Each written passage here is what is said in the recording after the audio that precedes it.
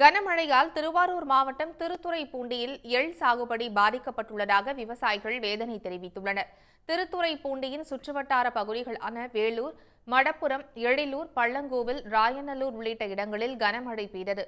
இதனால் வெப்பம் தணிந்து குளிர்ச்சி நிலவுவதாக மக்கள் மகிழ்ச்சியடைந்தாலும் வயல்களில் தண்ணீர் தேங்கி அறுவடைக்கு தயாராக இருந்த எள் பயிர்கள் பாதிக்கப்பட்டுள்ளதாக விவசாயிகள் கவலை தெரிவித்துள்ளனர்.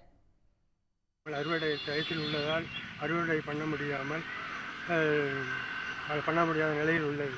ஆகவே அரசு ஊழியர்கள் நேரடியாக பார்வையிட்டு எனக்கு உரிய நிவாரணம் வழங்கும்படி கேட்டுக்கொள்கிறேன்.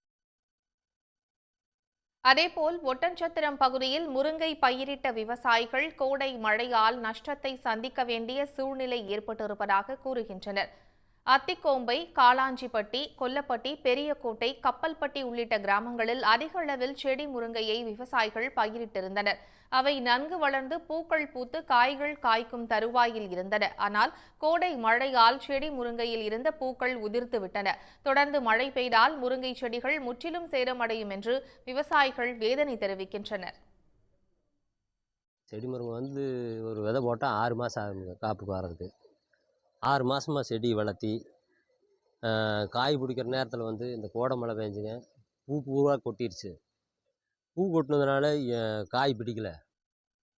தங்களின் 6 மாத உழைப்பு பயன் தரும் நேரத்தில் கோடை மழை நஷ்டத்தை ஏற்படுத்திவிட்டதாக முருங்கை விவசாயிகள் கவலையுடன் கூறுகின்றனர்.